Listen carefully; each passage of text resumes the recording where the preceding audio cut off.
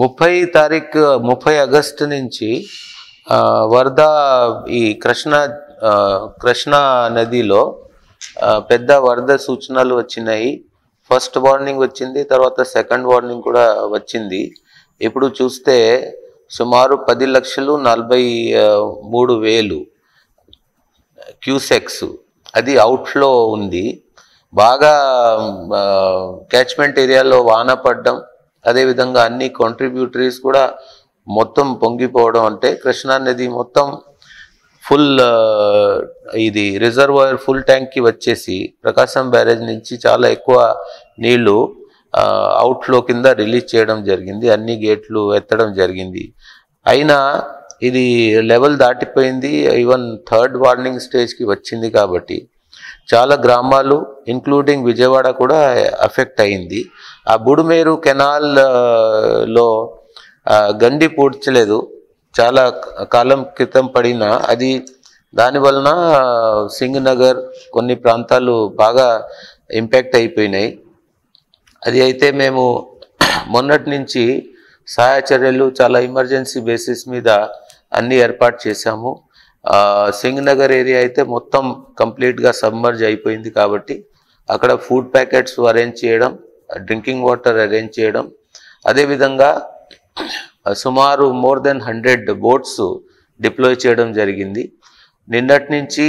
నిన్న ఒక హెలికాప్టర్ వచ్చింది. ఈరోజు మాకు 5 హెలికాప్టర్లు వచ్చినాయి.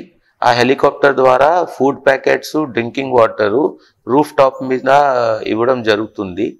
అదేవిధంగా 5 more హెలికాప్టర్స్ మేము ఎయిర్ ఫోర్స్కి రిక్వెస్ట్ చేసాం, అవి కూడా రేపు వస్తాయి. అదే కాకుండా డ్రోన్స్ ద్వారా కూడా ఫుడ్ ప్యాకెట్స్ అదంతా ఏర్పాటు చేయడం జరిగింది, డిస్ట్రిబ్యూట్ చేయడం జరుగుతూ ఉంది. అందరూ అధికారులు అప్రమత్తంగా ఉన్నారు, అందరూ ఫీల్డ్లో ఉన్నారు. అందరూ honourable ministers, honourable chief ministers అందరూ కూడా ఫీల్డ్లో ఉన్నారు. ఆనరబుల్ ఎమ్మెల్యేస్, ఎంపీస్ కూడా తిరుగుతున్నారు.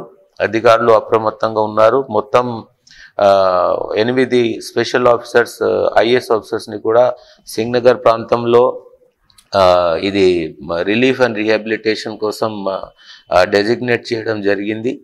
మొత్తం స్టాఫ్, మున్సిపల్ స్టాఫ్, రెవెన్యూ సిబ్బంది, అదేవిధంగా ఈవెన్ పంచాయత్ రాజ్ నుంచి కూడా వర్కర్స్ తీసుకొచ్చి ప్రతి దానికి మేము సిద్ధంగా ఉన్నాము. హెల్త్ డిపార్ట్మెంట్ కూడా సిద్ధంగా ఉంది.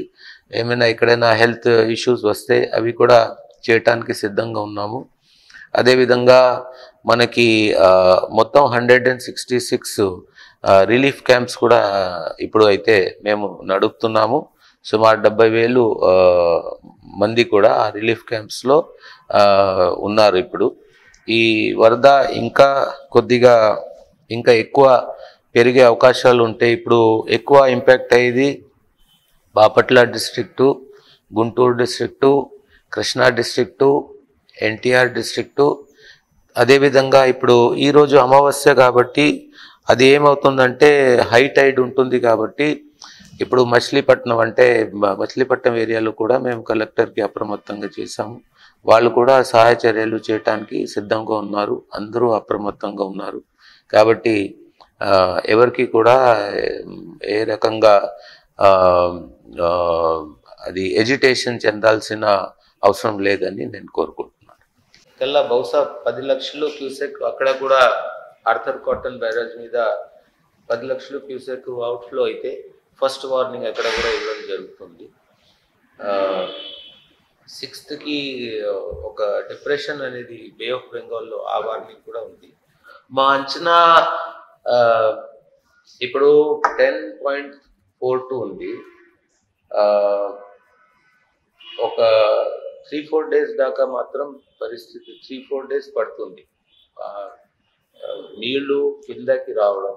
అమావాస్య అయితే ఇంకా రివర్ కూడా సముద్రంలో కలిసే అవకాశం ఉండదు. సో 24 hours ఇది దాంట్లో పోతుంది. లంక గ్రామాలు బాపట్ల ఏరియాలో కొన్ని ఉన్నాయి. అక్కడ అన్ని వాళ్ళకి ఫుడ్ సౌకర్యాలు, తర్వాత మిల్క్ ప్యాకెట్స్ అన్ని అక్కడ ఇవ్వడం జరిగింది. అన్ని ఎసెన్షియల్ కమోడిటీస్ వాళ్ళకి అందజేయడం జరిగింది.